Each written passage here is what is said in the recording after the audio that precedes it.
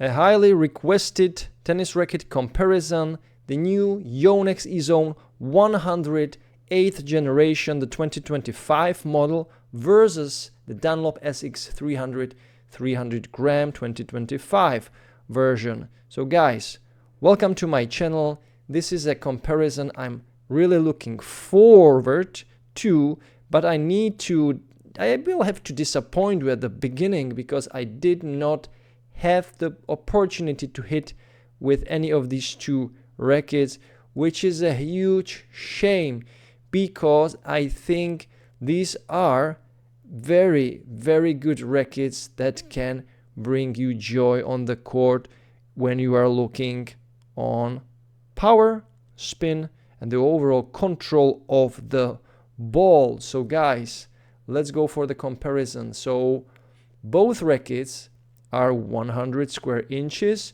in the head size, so 645 square centimeters. The weight for both rackets is 300g unstrung. The balance for both rackets is 320 millimeters unstrung.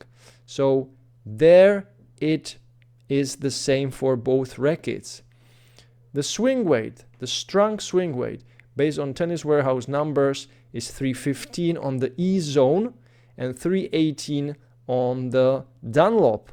So I did not swing weighted any of these rackets, as you can see, but the number is pretty similar. So I guess both rackets, if you buy them, are around 315, 320 swing weight, which is not something very high, but at the same time it's not something low. So this would fit my style and my swing and my power level and how I just want the racket to have a swing weight of, as I always say, between 315 and 325. So this looks promising for my game. In terms of the stiffness and flexibility, it's also very similar. So 68 RA on the Ezone and 69 RA on the Dunlop. So finally we have once again some stiffer, powerful, very stable rackets, which I generally enjoy more than the soft and, rubbery, gummy, flexing rackets that lose the stability, lose the free power, and you just need to swing harder with them unless you play with some Wilson Clash rackets that surprisingly have an excellent stability, excellent free power, and they are super soft. So I don't know what Wilson is doing with their Clash rackets, but it's something really unique. So back to the specifications. So beam width for the Ezone is 24.5 at the top of the head, 26 on the sides of the head, and 26.5 on the sides of the head, and 23 millimeters in the throat section. The Dunlop is a little bit thinner overall, so 23 up on the 12 o'clock, 26 on the sides of the head, and 23 once again in the throat section. So it's a kind of similar style of beam, like the pure drives and pure arrows and these types of more powerful and spin oriented rackets. When it comes to the technology, as always, Yonex rackets are crazy with the technology. So Yonex is constantly evolving and pushing the tennis racket technology into the levels where the other companies are just like always one step behind. Now, the question is whether this strategy to always innovate the frame quite dramatically in terms of the technology is beneficial for the customer who has been used to several older frames. So when you buy a new generation of a Yonex, it always, in the last couple of years, it feels a little bit different. And some players point out, okay, so this generation of V-Core isn't what it used to be. I don't want to switch to it. So my question is Yonex doing a good job when they are constantly like evolving the frame, but also changing how it feels, how it plays?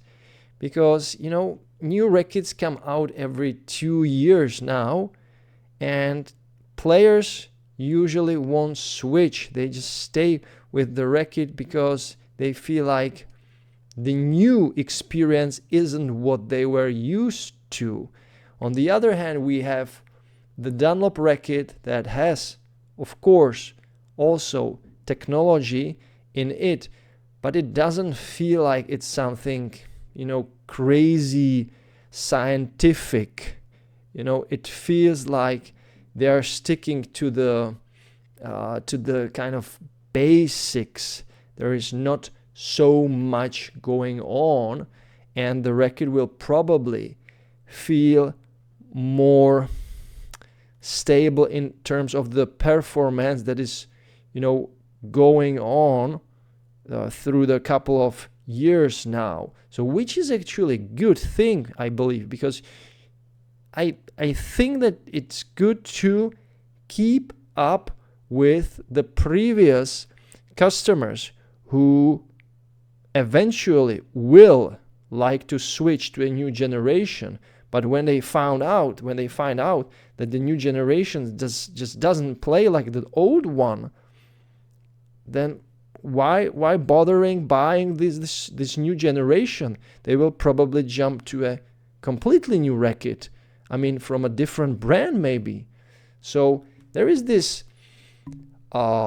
thing that sometimes I feel like the Yonex is like too complicated in this sense, and we can also feel that with the new Ezone. But before I go into the more specifics, what other people say about those rackets, let me tell you something about the technology. So of course we have the isometric, which has been there for over 30 years, is the typical patented, you know, head shape of the Yonex rackets, which is not really oval, but it's flatter on the 12 o'clock, it's flatter on the 6 o'clock, and the overall shape of the head is like rectangular, not oval.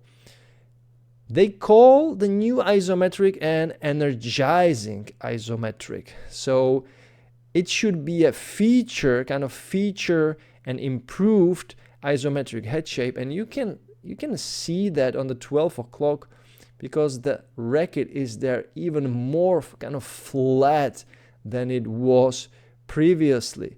Also, what has changed is that the beam there is wider, so it's 24.5, and I believe previously was 24 or maybe even 23.5.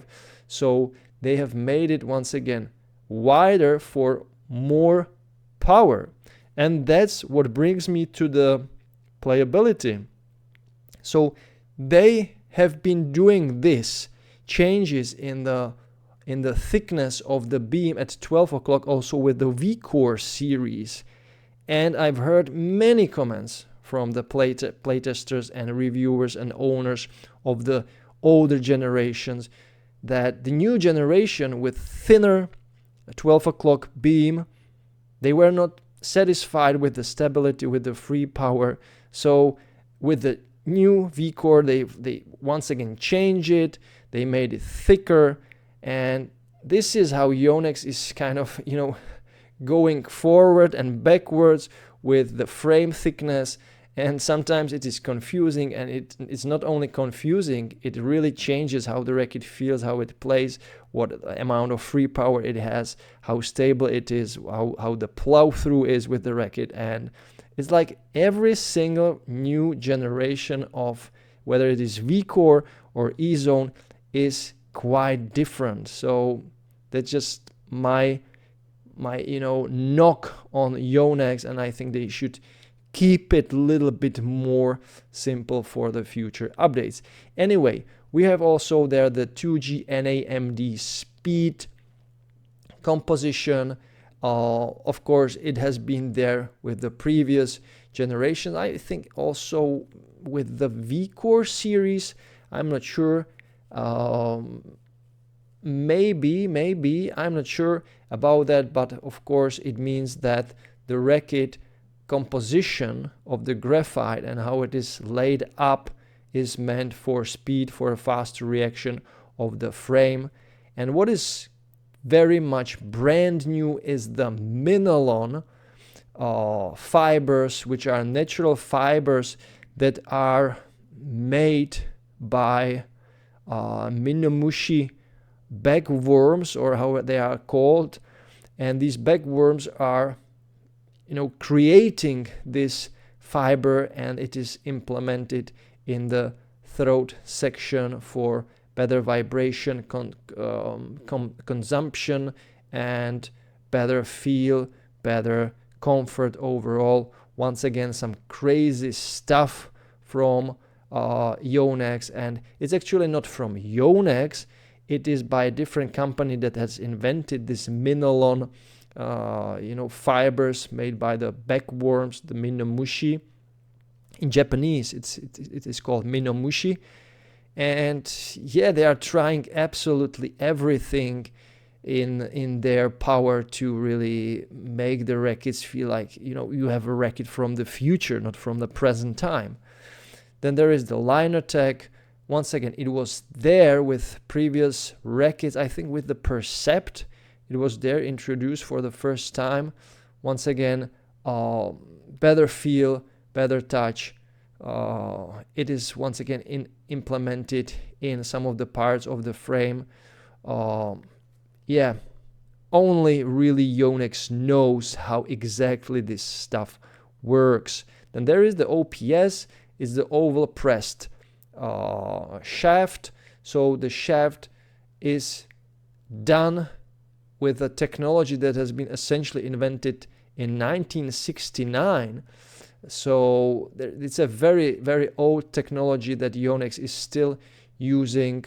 So the overpressed shaft should produce flex, yet it should be stable and give the racket power and stability. Then there are the shockless grommets. Shockless grommets are, I believe, in the 6 o'clock, so in the lower part of the head, and then they are on the side, so or on the 3 o'clock and 6 o'clock. So these grommets once again consume some of the negative vibrations, and they make the racket more comfortable. And finally, there is the VDM, vibration dampening mesh, that is inside the handle, once again to consume the vibrations, to unwanted vibrations, and to make the racket more plush and more feel oriented. So as you can see, many of these technologies from Yonex are there to consume the vibrations, but vibrations means feel. Now, according to the playtesters, the racket is even more muted than it was before, and some of the playtesters report that they don't like that. So you don't get that crispness, that nice response from the frame, like how you hit the ball, and the racket will tell you that. Now it's so muted that you can hit the ball like crazy, and it is like hitting a ball with a pillow, essentially. So is it a good idea to really mute the rackets? I'm not sure, but maybe with tennis evolving in a more aggressive style of play, where players are hitting more aggressive, more faster, more harder, the comfort is essential to help the players feel comfortable when hitting the ball. But for someone who is not hitting the ball as fast, let's say, and as aggressive, maybe this is not as big as advantage as Yonex thinks. So now to the Dunlop, there is the Sonic Core technology. It is a once again, a graphite composition made by this sonic core technology by Infinergy. So the Dunlop is also working on with the Srixon family of products, and these are Japanese products, right? So the technology comes from Japan. So we have two Japanese racquets, kind of. Yonex is made in Japan, they in their own factory, and the Dunlop also has some parts that are made from the Japanese technology. So spin boost XT grommets, they should increase the spin potential, of course. The grommets, spin boost frame geometry. So the geometry it's kind of a little bit reminds me of the pure aero rackets. So for the more spin oriented players, the racket will just work better with the more vertical swing. So not a horizontal swing like flatter shots, but vertical swing, more spin oriented shots. V energy shaft, for more energy, of course. So the shaft is interesting. It's a little bit different from the other rackets. As you can see, the heart is a little bit different. It has this deeper cut, a little bit deeper cut in the throat section at the end of the throat. And then there is the technology called Vibra Shield, of course, for some vibration consumption that you don't want there. But I believe it's more basic, kind of. The racket is more basic in terms of the technology. There are the essential technologies, and in my opinion, the Dunlop can feel more responsive, more energetic, more powerful, and at the same time more stable. So which of these two rackets I would prefer, I would buy if I was on a search for a spin, power, and overall kind of easy hitting tennis racket that can really work in today's fast-paced baseliners game. So I've heard some negative thoughts on the new Ezone. I've heard really good stuff on the Dunlops in the last couple of years. And what I also like is the design of the new Dunlop. It looks just fantastic. It looks like a racket you just want to swing with. It's fresh. They are not afraid to use multiple color options. And I also like the design. It looks just, in my opinion, it looks more appealing, at least for me.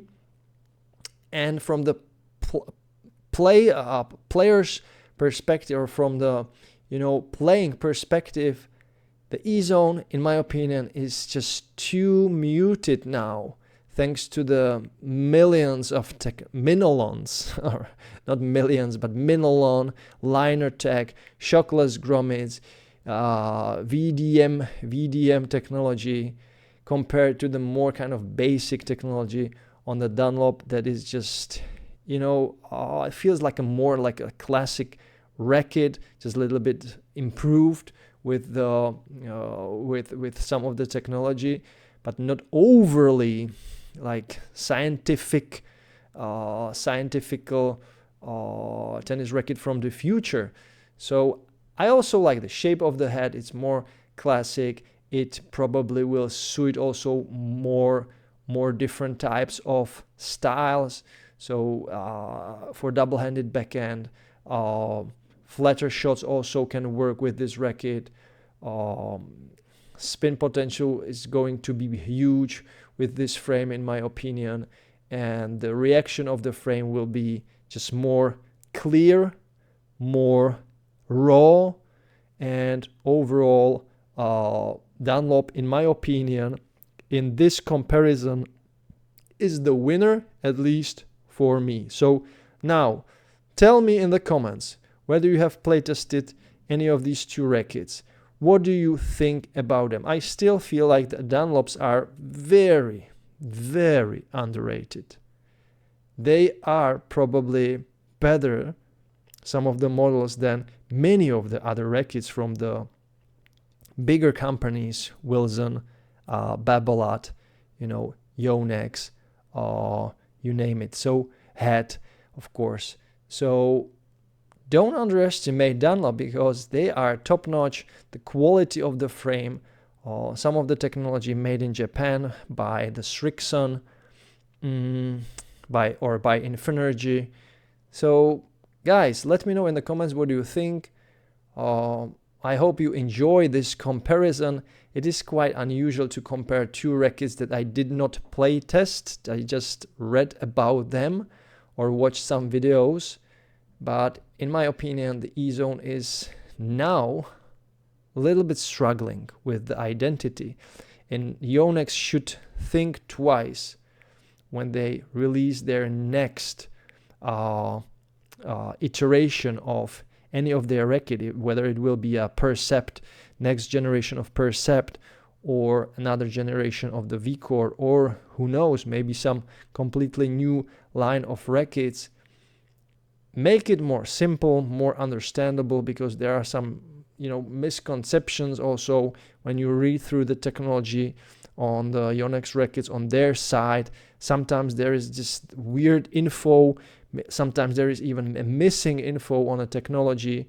You just don't know what it is, how it works, why it is there.